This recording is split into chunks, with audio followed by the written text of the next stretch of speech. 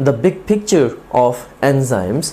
इस particular subsection में सबसे पहले हम इंट्रोडक्शन टू एंजाइम्स को डिस्कस करेंगे and secondly we will talk about the structure of enzymes, and thirdly we will talk about the mechanism of action of enzymes, and fourthly we'll discuss the factors affecting the rate of enzyme action. We will construct a table which would be explaining this particular area, and then last of all we will be understanding different enzyme inhibitors by constructing a flow sheet. ये हमारी आज की big picture है, और through the same token of this big picture I would like to tell you कि exam के लिए कौन कौन से एरियाज ज़्यादा इम्पॉर्टेंट है।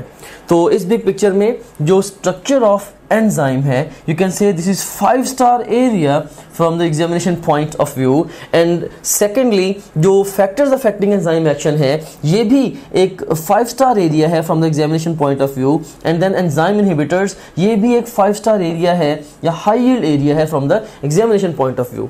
सो हम इन सारे सेक्शंस को, ये सारे एरियाज को डिस्कस करेंगे, लेकिन स्पेसिफिकली इन 3 एरियाज को हम एक्स्ट्राऑर्डिनरीली डिस्कस करेंगे।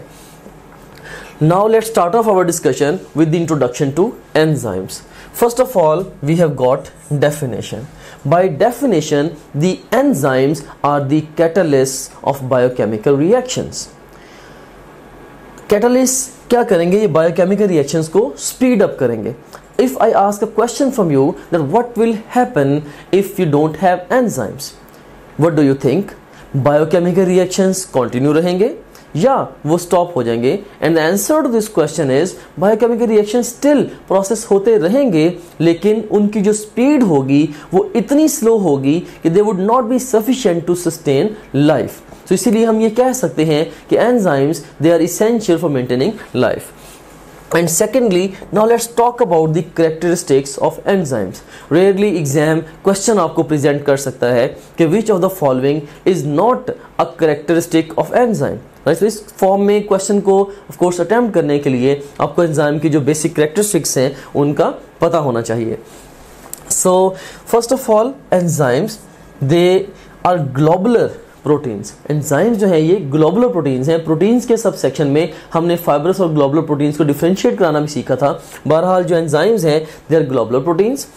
And secondly enzymes are very specific in action, लेकिन जो एंजाइम्स की स्पेसिफिसिटी है ये रिलेटिव स्पेसिफिसिटी है, एब्सोल्यूट स्पेसिफिसिटी नहीं है।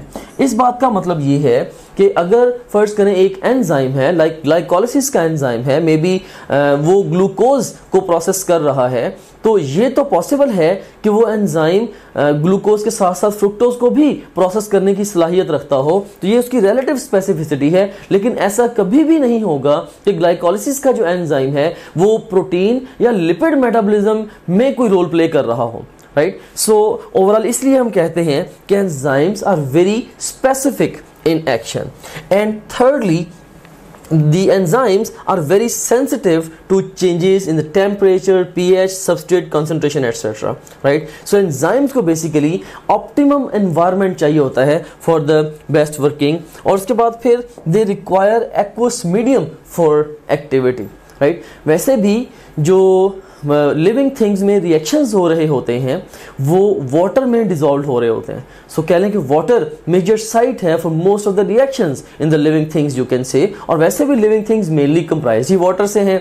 और इसका मतलब ये हुआ कि अगर उन रिएक्शंस को कैटालाइज करना है और उनको अगर स्पीड अप करना है तो उसके लिए एंजाइम्स को भी वाटर में सॉल्युबल होना होगा। सो ये एंजाइम्स की एक अदर प्रॉपर्टी है, they require aqueous medium for activity.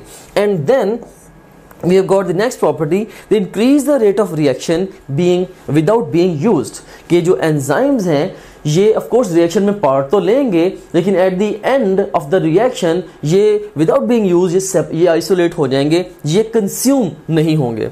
And then the next property है they do not affect the properties of end products। end products enzymes के बगैर जिन प्रॉपर्टीज की हामिल होंगी, इवन एंजाइम्स के साथ भी अगर हम किसी रिएक्शन को प्रोसेस करेंगे, स्टिल जो प्रोडक्ट्स होंगे उनकी properties they going to be same. And then एक बड़ा इंपॉर्टेंट पॉइंट है एंजाइम की प्रॉपर्टीज के हवाले से, they lower the activation energy by changing the pathway of biochemical reaction. Now the question is what is activation energy. Basically in the activation energy वो energy barrier है which needs to be overcomed before the reactants they get converted into the products, right. So just imagine करें, मैं इसको एक slide की मदद से आपको एक्सप्लेन करता हूं, right. So we have got a graph over here, so focus on the columns. On the x-axis you have got the progress of the reaction, and on the y-axis you have got the energy. इसमें आप देख सकते हैं कि we have got the reactants over here and then we have got the products over here, और आप ये भी गौर करें कि जो products हैं वो reactants की निस्बत lower energy level पे हैं, लेकिन स्टिल रिएक्टेंट्स में अगर प्रोडक्ट्स में कन्वर्ट होना है तो रिएक्टेंट्स को ये वाला जो एनर्जी बैरियर है, इस एनर्जी बैरियर को ओवरकम करना होगा, और इसको हम बोलते हैं दिस इज एक्टिवेशन एनर्जी। सो इसमें जो ये वाली हाइट है इस ग्राफ की, this is actually showing the activation energy without enzyme, right. Enzyme के बगैर ये एक्टिवेशन एनर्जी ज्यादा है, या यूं कह लें कि जो बैरियर है वो ज्यादा बड़ा है। और इसके मुकाबले में अगर फर्ज करें कि एंजाइम प्रेजेंट होगा तो एंजाइम क्या करेगा, it will lower the activation energy. So ये एक्टिवेशन एनर्जी को रिड्यूस करेगा by changing the pathway of the reaction of course, और reactants overall relatively easily products में कन्वर्ट हो जाएंगे। सो कंक्लूसिवली जो एंजाइम्स हैं they actually decrease the activation energy of a particular reaction by changing the pathway of the reaction. Now I have got a question for you at this stage. Statement पे आप गौर कीजिएगा। Regarding location, most of our body enzymes are. A option is extracellular, B option is dissolved in cytosol, C option is bound to cellular organelles, and D option is extracellular or dissolved in the cytosol. And the best response to this question is they are bound to the cellular organelles. Most of the जो enzymes हैं ये cellular organelles के साथ bound हैं। Why so? इसको हम आगे चल के डिस्कस करते हैं। Here we have got a flow sheet which is tending to explain the location of our body enzymes. You can see in here location के हवाले से enzymes हमारे पास दो तरह के हैं, एक वो हैं जो एक्स्ट्रा सेलुलरली प्रेजेंट हैं और दूसरे वो हैं जो इंट्रा सेलुलरली प्रेजेंट हैं। जो एक्स्ट्रा सेलुलरली एंजाइम्स प्रेजेंट हैं they are relatively fewer enzymes, बड़ी कम तादाद है एंजाइम्स की जो कोई सेल्स के बाहर हमारी बॉडीज में प्रेजेंट हैं। इसकी एग्जांपल क्या है एक्स्ट्रा सेलुलर एंजाइम्स की, जैसे कि जो डाइजेशन के जो एंजाइम्स हैं गैस्ट्रोइंटेस्टिनल ट्रैक्ट में, फॉर एग्जांपल जैसे अमाइलेज है या पेप्सिन है या ट्रिप्सिन वगैरह हैं, सो ये सारे के सारे एक्स्ट्रा सेलुलर एंजाइम्स हैं, लेकिन relatively they are fewer in number. हाँ, जो ज्यादातर एंजाइम्स हैं they are present intracellularly, they are more in quantity. और उसके बाद फिर आप देखें कि जो इंट्रा सेलुलर एंजाइम्स हैं इन टर्न ये दो जगह प्रेजेंट हो सकते हैं सेल्स के अंदर। One, they are freely found in the cytosol, और रिलेटिवली कम एंजाइम्स हैं जो कि साइटोसोल में फ्रीली आपको मिलेंगे। इसकी एग्जांपल क्या है, जैसे कि जो ग्लाइकोलिसिस के एंजाइम्स हैं they are dissolved in the cytosol. हमें पता है कि glycolysis it takes place in the cytoplasm, in the cytosol of cytoplasm more specifically, right. So enzymes of glycolysis, they are example of the enzymes which are found freely in the cytosol. And secondly हमारे पास enzymes हैं which are bound to the organelles. cells के अंदर भी जो most of the enzymes हैं they are bound to the organelles. Of course I am talking about the eukaryotic cells. In the prokaryotic cells हमारे पास जो membrane bound organelles हैं वो तो हैं ही नहीं, right? For example जैसे कि nucleus, mitochondria, right, chloroplast, endoplasmic reticulum, Golgi bodies, lysosome, peroxisome, glyoxysomes, vacuoles, ये सारे के सारे मेम्ब्रेन बाउंड ऑर्गेनेलीज हैं, और कोई भी मेम्ब्रेन बाउंड ऑर्गेनेली वो प्रोकैरियोट्स में प्रेजेंट नहीं होगा। बहरहाल यूकैरियोट्स में most of the enzymes they are bound to the organelles, right. अब इसमें इसकी एग्जांपल्स कौन सी हैं, जैसे एंजाइम्स हैं सेलुलर रेस्पिरेशन के इन माइटोकॉन्ड्रिया। अब वहां पे कौन कौन से एंजाइम हैं, like enzymes of the Krebs cycle which are present in the mitochondrial matrix. इसी तरह से enzymes of electron transport chain which are actually present on the cytochromes, right? So वो क्या है, वो basically ऐसे enzymes हैं which are bound to the organelles. So most of the enzymes जो हैं they are bound to the organelles in the eukaryotic cells. What about the prokaryotic cells? अब फर्ज करें कि अगर कोई enzyme है जो कि eukaryotic cell में किसी ऑर्गेनेली के साथ लिंक्ड है, लाइक अगर मैं कहता हूं कि एंजाइम है, इलेक्ट्रॉन ट्रांसपोर्ट चेन के एंजाइम्स हैं, राइट, वो लिंक्ड हैं with the mitochondria in the eukaryotes.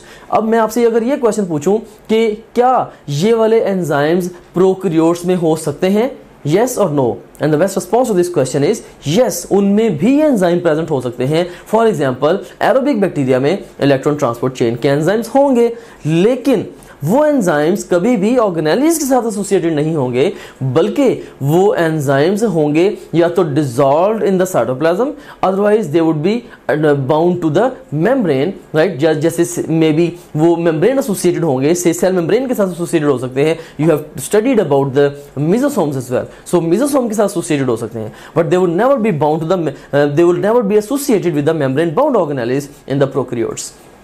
Anyways, this was about the location of the enzymes. So conclusively, bottom line point मेरी discussion का ये है कि enzymes वो extracellularly भी present हैं और intracellularly भी, लेकिन ज़्यादा intracellularly present हैं।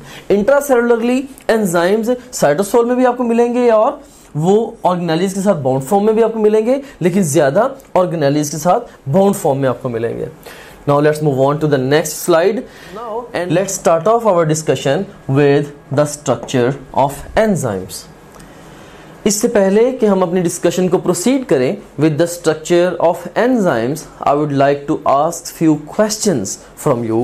इसमें हमारे पास different options हैं, like A option है cofactor, B option is coenzyme, C option is activator, D option is prosthetic group, E option is active site, F option is binding site and G option is catalytic site. And command क्या है जी, choose the single best answer for each statement. और पहली statement है हमारे पास, non protein part of enzyme is called. अब enzyme का जो नॉन प्रोटीन पार्ट है इसको हम कोफैक्टर कहते हैं। एंड नेक्स्ट स्टेटमेंट है, non detachable non protein part of enzyme is called. अब यहाँ पे दो कंडीशंस हैं, पहली कंडीशन है नॉन डिटैचेबल और दूसरी कंडीशन है नॉन प्रोटीन, नॉन डिटैचेबल भी और नॉन प्रोटीन भी, और ये डेफिनेशन है किसकी, प्रोस्थेटिक ग्रुप की। Delta would be the best response to this question.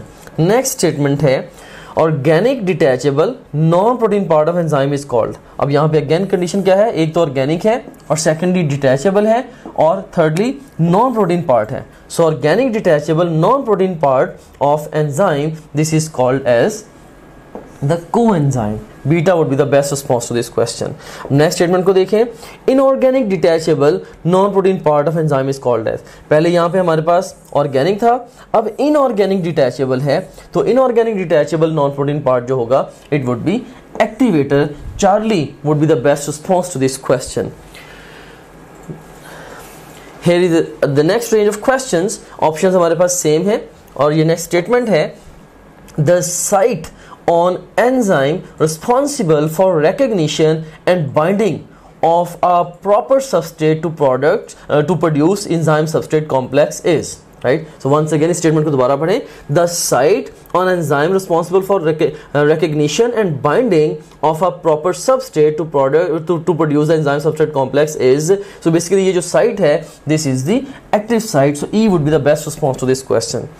अब नेक्स्ट स्टेटमेंट है हमारे पास, the enzyme and substrate react with each other through a definite charge bearing site of enzyme called as. Again इसके लिए भी जो best response होगा it has to be the active site. And this is a flow sheet which is actually trying to explain the composition of enzyme. So let's discuss this flow sheet in detail. So if you talk about an enzyme, you seen here, you talk about an enzyme. So enzyme की composition में इसके दो तरह के parts हैं, एक है protein part और दूसरा है non protein part. ये जो non protein part है इसी को हम cofactor भी कहते हैं। non protein part of the enzyme or cofactor, this is one and the same thing. अब हम इसमें सबसे पहले प्रोटीन पार्ट को डिस्कस करते हैं।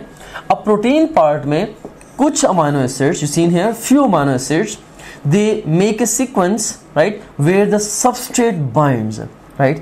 कुछ अमाइनो एसिड्स ऐसा सीक्वेंस बनाते हैं जहां पे आगे सबस्ट्रेट ने बाइंड करना है, उसको हम बोलते हैं this is the active site, या सिंपल लैंग्वेज में हम इसको पॉकेट ऑफ एंजाइम भी कहते हैं, क्योंकि यहां पे आके सबस्ट्रेट बाइंड करेगा।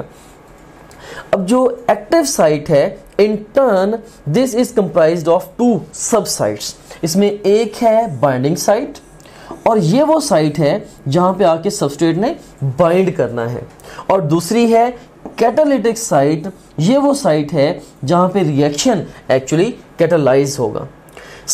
ये हमने बात की अबाउट द प्रोटीन पार्ट, और इसमें हमने देखा कि चंद एक अमाइनो एसिड्स एक्टिव साइट बना रहे हैं, जिसके आगे फर्दर दो सब साइट्स हैं, बाइंडिंग और कैटालिटिक साइट।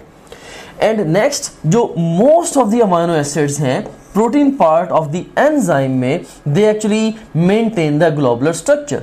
उनका रोल क्या है? ये ग्लोबुलर स्ट्रक्चर को मेंटेन करते हैं, और ग्लोबुलर स्ट्रक्चर को मेंटेन करना किस लिए इंपॉर्टेंट है? It is important to maintain the shape of the active site. It is important to maintain the shape of the active site.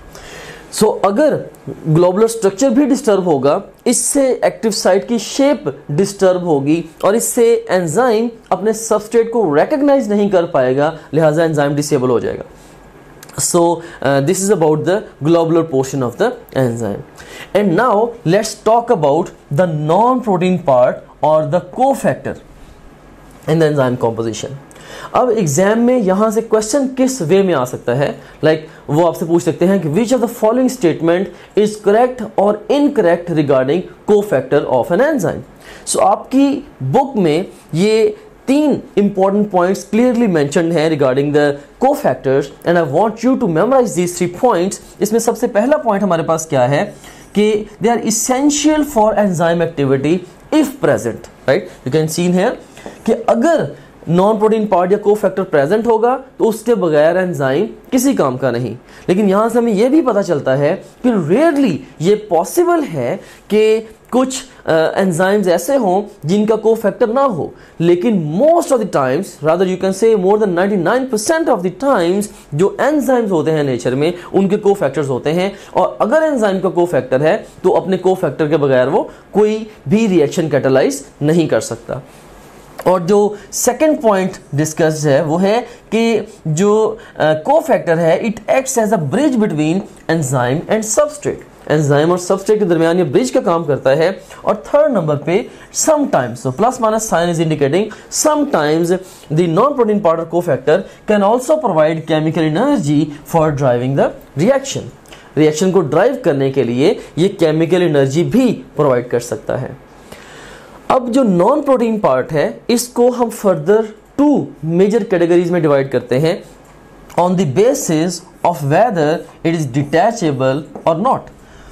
अब अगर नॉन प्रोटीन पार्ट या कोफैक्टर डिटैचेबल होगा तो फिर हम ये देखते हैं कि वो ऑर्गेनिक है या इनऑर्गेनिक है।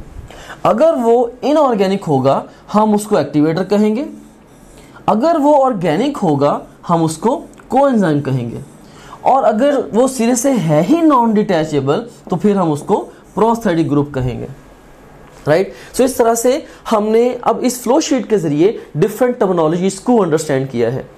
ये जो फ्लो शीट वाली अप्रोच है, एग्जाम में अगर डिफरेंट टर्मिनोलॉजीज अपीयर होती हैं तो एग्जाम में आपको इन टर्मिनोलॉजीज को आपस में डिफरेंशिएट करने के लिए एक्स्ट्राऑर्डिनरीली हेल्प करेगी।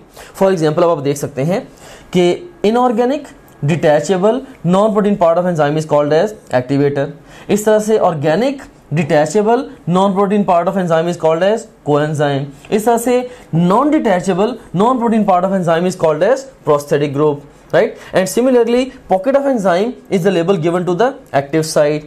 Where does the substrate bind to the enzyme? इसका जो best response होगा वो binding site होगा। अगर binding site list पे नहीं है तो मे बी फिर आप active site को pick कर सकते हैं। Similarly, the site on the enzyme where the reaction is catalyzed, इसके लिए best response catalytic site होगा। लेकिन अगर catalytic site list पे नहीं है, again then आप इसके लिए भी active site को pick कर सकते हैं, right? And so on. So this is a very vital and very high yield flow sheet. आपकी बुक में जो information several paragraphs में discussed है in a confusing and confabulated way, उसको मैंने एक flow sheet की form में organize कर दिया है, and within few seconds you can actually identify if the list is presented to you on your exam.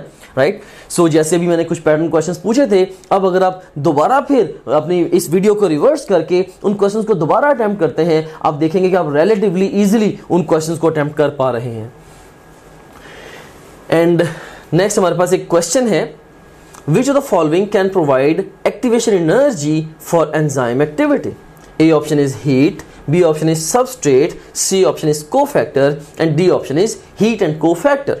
तो इसमें हम अभी कोफैक्टर के बारे में तो पढ़ के आए हैं कि sometimes it may provide energy for driving the reaction, right. अगर ऑलवेज नहीं भी करता तो समटाइम्स ये कर सकता है, राइट। और हीट डायरेक्टली है ही एनर्जी, सो इसीलिए इस क्वेश्चन का जो बेस्ट रिस्पॉन्स होगा that would be heat and cofactor.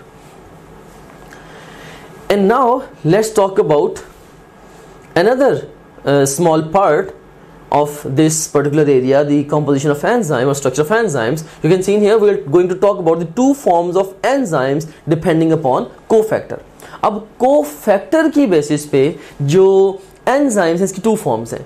इसमें एक है हमारे पास एपो एंजाइम और दूसरे नंबर पे हमारे पास क्या है, holo enzyme.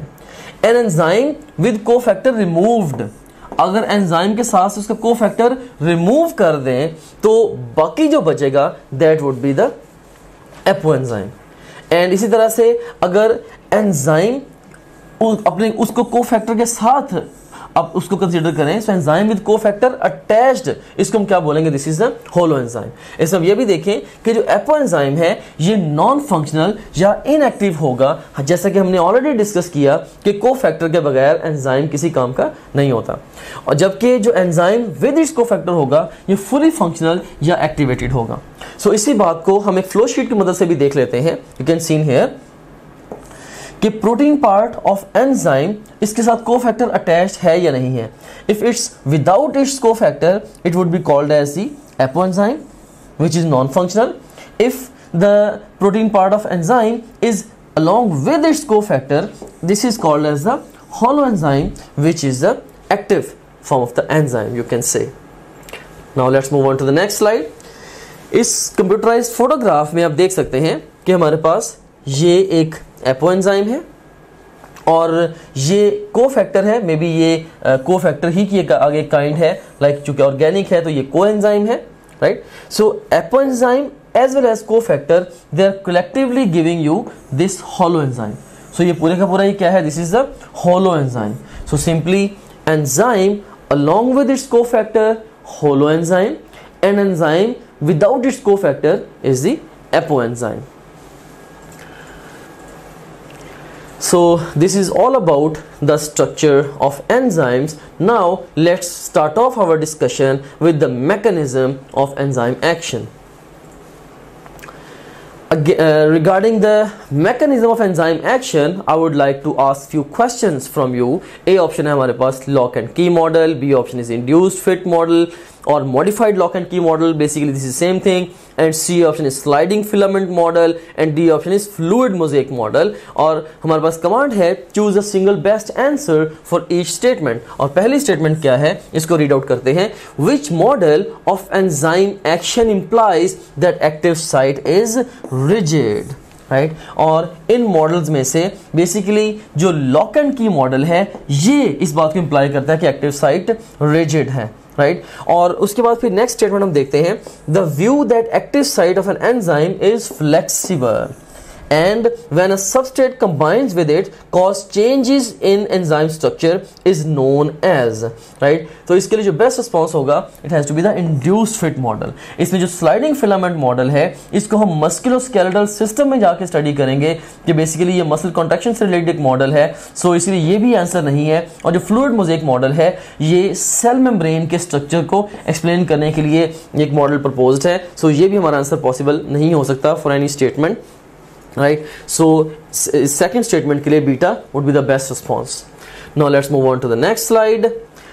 Let's start off our discussion with the mechanism of enzyme action. So इसमें सबसे पहले हम basic equation को डिस्कस करते हैं। You can see here we have got the enzyme and we have got the substrate, right। So enzyme और substrate जब ये दोनों ओवरऑल एक दूसरे के साथ कंबाइन होते हैं, या सिंपली अब ये कह लें कि जब सबस्ट्रेट की बाइंडिंग होती है with the enzyme, of course it's going to bind to the active side of this enzyme, तो resultantly you will get the enzyme substrate complex. और ये जो एंजाइम सबस्ट्रेट कॉम्प्लेक्स है अल्टीमेटली ये फिर स्प्लिट होगा इनटू द प्रोडक्ट्स, और enzyme again unused form में at the end of the reaction वो आइसोलेट हो जाएगा। अब इस इक्वेशन के बेसिकली दो हाफ्स हैं। इसमें इसका जो पहला हाफ है जिसमें एंजाइम और सबस्ट्रेट के बाइंड करने से, आपस में कंबाइन होने से एंजाइम सबस्ट्रेट कॉम्प्लेक्स बन रहा है। बेसिकली ये सबस्ट्रेट बाइंडिंग है इन अ सेंस, और आप इसको कह सकते हैं कि ये फंक्शन है किसका, ये वाला बाइंडिंग साइड का फंक्शन है। और उसके बाद फिर जब एंजाइम सबस्ट्रेट कॉम्प्लेक्स जो है ये स्प्लिट होगा इनटू द प्रोडक्ट्स, और साथ एंजाइम दोबारा फिर वो आइसोलेट हो जाएगा। तो बेसिकली ये कैटालिटिक स्टेप है, और ये फंक्शन किसका है, ये कैटालिटिक साइड का फंक्शन है। So now let's talk about the feedback inhibition versus precursor activation. ये दो important terminologies हैं and I want you to understand these terminologies. इसमें feedback inhibition और precursor activation, इन दोनों में क्या फ़र्क है अभी हम इसको देखते हैं। इससे पहले कि मैं इस कंप्यूटराइज्ड फोटोग्राफ के जरिए मैं इन दोनों टर्मिनोलॉजीज को एक्सप्लेन करूं, मैं आपको एक बात ये बताना चाहूँगा कि आपने सेलुलर रेस्पिरेशन का रिएक्शन भी स्टडी किया हुआ है, इस तरह से आपने फोटोसिंथेसिस का रिएक्शन भी स्टडी किया हुआ है। ये दोनों reactions opposite to each other हैं। एनीवेज, जो सम रिएक्शन आप लोग पढ़ते हैं रियल लाइफ में कभी भी रिएक्शन इस तरह से नहीं होता। जो बायोलॉजी है या जो लिविंग थिंग्स हैं उनमें ये जो रिएक्शंस हैं हमेशा ये चेन रिएक्शंस होते हैं, राइट। फॉर एग्जाम्पल, जैसे कि आपने स्टडी किया किस तरह से ग्लूकोज से मल्टी स्टेप प्रोसेस से पहले पायरुविक एसिड बनेगा, if you are talking about the oxidation of glucose inside a eukaryotic cell aerobically, right. So पहले ग्लूकोज से पायरुविक एसिड बनेगा, फिर पायरुविक एसिड से एसिटाइल कोए बनेगा, फिर एसिटाइल कोए से मल्टी स्टेप ओवरऑल प्रोसेस होगा, क्रैब्स साइकिल रन होगा, और उसके बाद फिर इलेक्ट्रॉन ट्रांसपोर्ट चेन। सो आप देख सकते हैं कि वो जो बेसिक समरी रिएक्शन आपको दिखाया जाता है सेलुलर रेस्पिरेशन का, उसको अल्टीमेटली आप बहुत सारे स्टेप्स में उसको आप ब्रेक कर सकते हैं। सिमिलर आइडिया इवन फोटोसिंथेसिस का भी है, और भी बहुत सारे बायोलॉजिकल रिएक्शंस का है।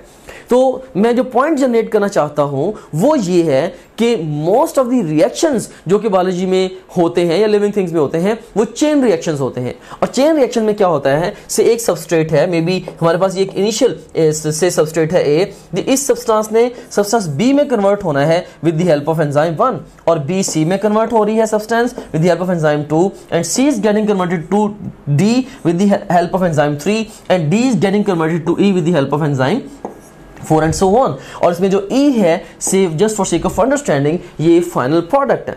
मे बी अगर आप इसको ग्लाइकोलिसिस कंसीडर कर लें तो आप अज्यूम कर लें कि ये हमारे पास ग्लूकोज है, ये ग्लूकोज है, और may be just for sake of understanding आप अज्यूम कर लें कि ये पायरुविक एसिड है, ये फाइनल प्रोडक्ट है, राइट। अब इसमें अब ये देखें कि इसमें अब फीडबैक इनहिबिशन क्या है।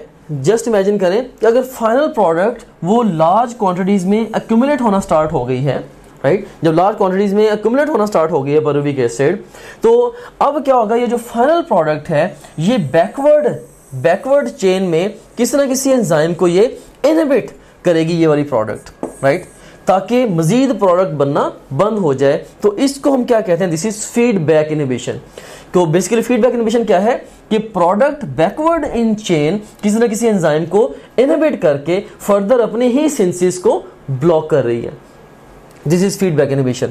और दूसरे नंबर पे अगर आप गौर करें तो हमारे पास है कि अगर इनिशियल सबस्ट्रेट से ग्लूकोज अगर एक्यूमुलेट होता है सेल के अंदर, मे बी खाना खाने के 2 घंटे के बाद जब ब्लड में ग्लूकोज के लेवल्स बहुत हाई होंगे, इंसुलिन रिलीज होगा, हार्मोन इंसुलिन ग्लूकोज को सेल्स के अंदर एंटर करेगा। अब ग्लूकोज ऑफ कोर्स सेल के अंदर एक्यूमुलेट होना स्टार्ट हो गया है, एंड नाउ वी वांट कि ग्लूकोज जो है वो ऑक्सीडाइज हो, राइट। सो अब जो ग्लूकोज अकोमुलेट हुआ है, ग्लूकोज क्या करेगा, वो फॉरवर्ड्स इन दिस चेन वो किसी ना किसी एंजाइम को क्या करेगा, वो स्टिमुलेट करेगा। और ये जो एक्टिवेशन है इसको हम बोलते हैं this is the precursor activation, right. So this is activation by the precursor, so this is that's why this is the precursor activation.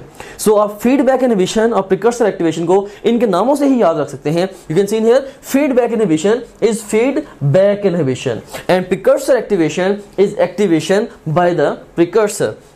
And you seen here कि इसको हम सम भी करते हैं यहाँ पे, अगर फाइनल प्रोडक्ट हाई क्वांटिटी में बन गई है तो उससे फीडबैक इनहिबिशन होगी और इनिशियल सबस्ट्रेट जो है वो फिर एक्यूमुलेट होना स्टार्ट हो जाएगा, राइट, और inhibition of the enzyme by the product it will take place. और कन्वर्सली अगर आप बात करें प्रिकर्सर एक्टिवेशन के हवाले से, यू सीन हियर कि हाई इनिशियल सबस्ट्रेट अगर एक्यूमुलेट होगा तो इसके जरिए प्रिकर्सर एक्टिवेशन होगी और जो फाइनल प्रोडक्ट है ये अल्टीमेटली इंक्रीज होगी, राइट।